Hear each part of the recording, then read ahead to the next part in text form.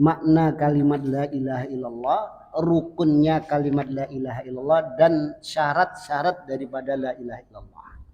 Ya, karena syarat daripada la ilaha illallah, orang yang mengucapkan kalimat la ilaha illallah, yakni walaupun dia tahu artinya, tapi kalau syaratnya ini tidak ditegakkan, maka tidak akan bermanfaat nanti di akhirat.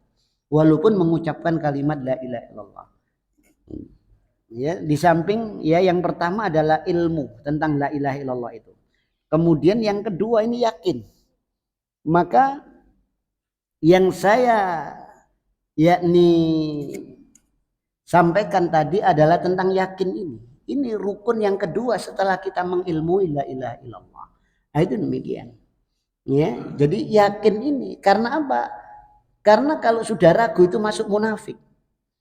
Orang munafik itu mudzabdzabina ya baina zalika wala apa mudzabdzabina baina zalik. Jadi ragu-ragu antara itu dan antara itu. Ya, itu ndak iman, ya ndak kafir. Itu orang-orang munafik. Maka kita harus yakin. Ya, jangan sampai kita ini jadi orang munafik. Ya, jadi harus yakin betul terhadap Al-Quran, terhadap Sunnah, janjinya Rasul, janjinya Allah, apa yang difirmankan oleh Allah kita harus yakin. Ya, itu demikian. Karena itu adalah yakni syurut daripada la ilaha illallah. Itu demikian. Ada pertanyaan? Monggo. Monggo, silakan.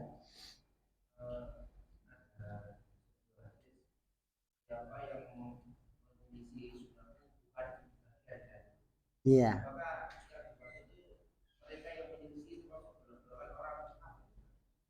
Wa famar raghiba an sunnati falaisa minni. Barang siapa yang tidak senang dengan sunnahku maka bukan golonganku. Lah ini ayat ini yakni apa sabdanya Rasul itu untuk 3 orang yang mereka ingin tahu cara ibadahnya Rasul. Ya. Ini setelah dikasih tahu cara ibadahnya Rasul sama istri-istri Rasul karena tidak jumpai Rasul, ya akhirnya mereka mengadakan kebulatan tekad.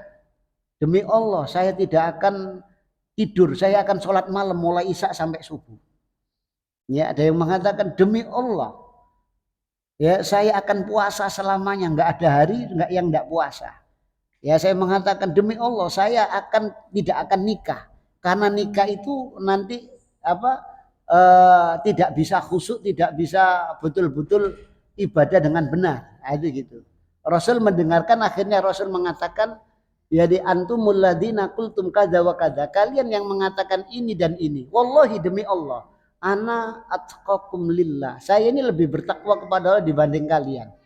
Jadi wa akhsyakum lahu, dan saya lebih takut kepada Allah dibanding kalian. Tapi saya puasa saya juga tidak tiap hari puasa.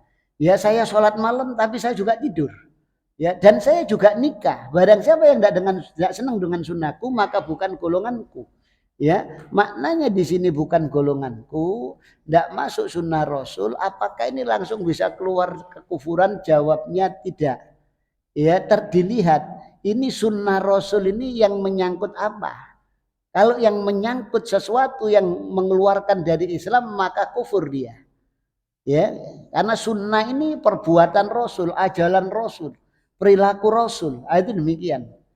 Kalau itu ajaran Rasul, perilaku Rasul yang menyangkut akidah, yang bisa mengeluarkan kita dari Islam maka kufur kita. Kalau sunnah-sunnah yang tidak mengeluarkan dan masuk dosa besar, ya dosa besar. Kalau sunnah-sunnah yang kita tinggalkan ini masuk apa dosa kecil, ya kita kena dosa kecil. Ya, tapi kalau dosa kecil dengan sengaja dilakukan maka akan jadi dosa besar. Nah, itu demikian.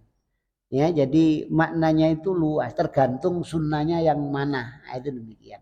Wallahu taala alam. Ada yang lain? Monggo. Yes.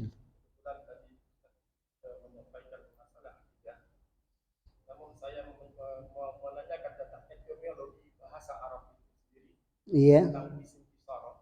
Yang ada di dalam beberapa Al-Quran.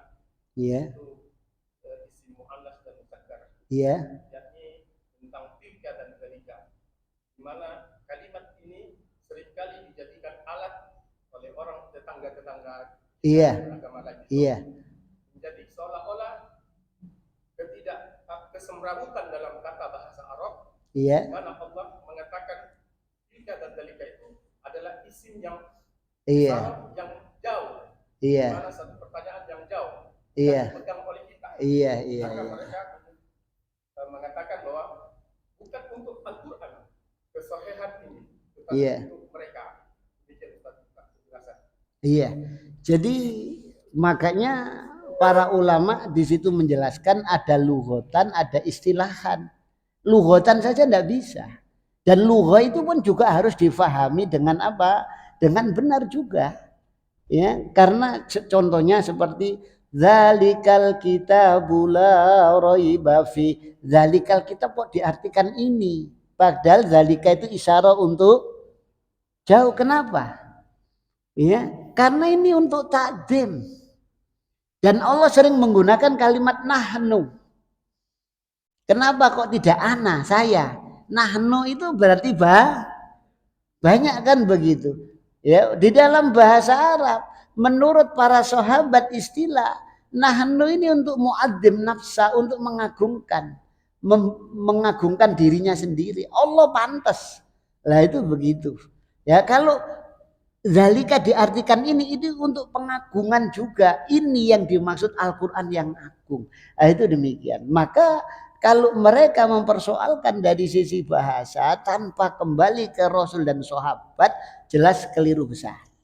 Itu nanti dari sisi bahasa itu orang Syiah bisa menyelewengkan makna Al-Quran ke makna yang lain. Orang liberal dari sisi bahasa bisa memaknakan Al-Quran dengan makna yang lain dan seterusnya. Itu demikian. Termasuk tentang apa? Kullu bid'atin dolalah. Kullu itu tidak kullu kuliah, ada kullu juz'i. Juz'iyah, tidak semua bid'ah itu sesat. Ya, itu demikian. Makanya kalau kita tidak kita fahami dengan pemahaman sahabat, maka kita akan keliru besar. Salah besar kenapa? Karena kalau dari sisi lughatan bahasa saja itu kalau yang nerjemahkan orang liberal jadi Islam liberal. Kalau yang nerjemahkan itu orang Islam adat jadi Islam adat. Adat dijadikan syariat dikasih dalil itu demikian karena apa? Dari sisi bahasa lughatan itu umum masian. Ya, tergantung siapa yang terjemahkan. Quran Sunnah ini kalau yang giring orang liberal jadi Islam liberal. Kalau yang giring orang sosialis jadi Islam sosialis. Makanya Al-Quran dan Sunnah lewat pemahaman sahabat. Ya apa Rasul ngajarkan ke sahabat. Ya apa sahabat menerima dari Rasul Al-Quran dan Sunnah itu.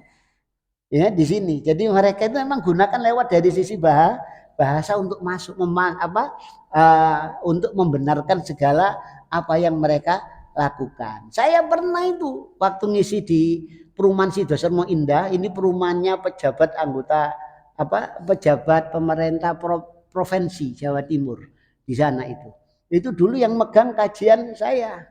Karena saya di corongnya sering dikeluarkan ya ini bid'ah, syirik, sedangkan sekitarnya itu banyak pesantren.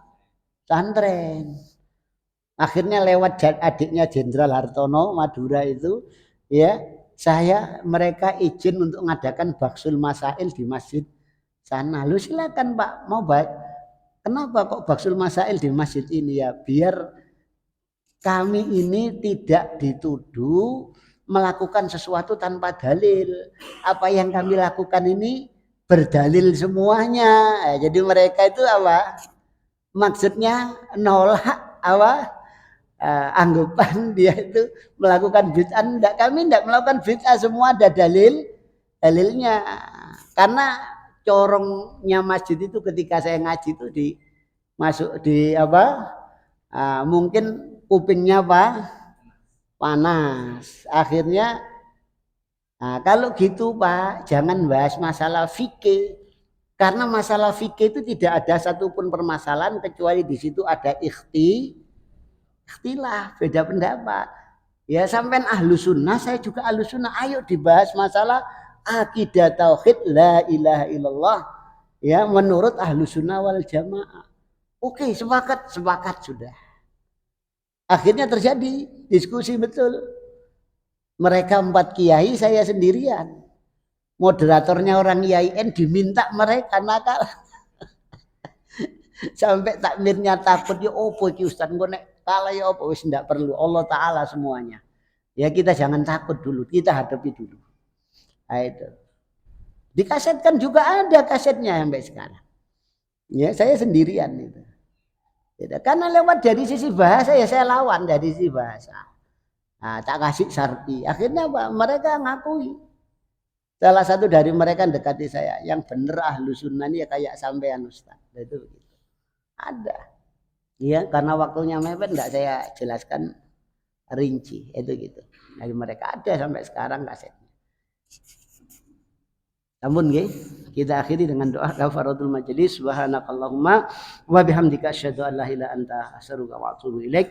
Assalamualaikum warahmatullahi wabarakatuh.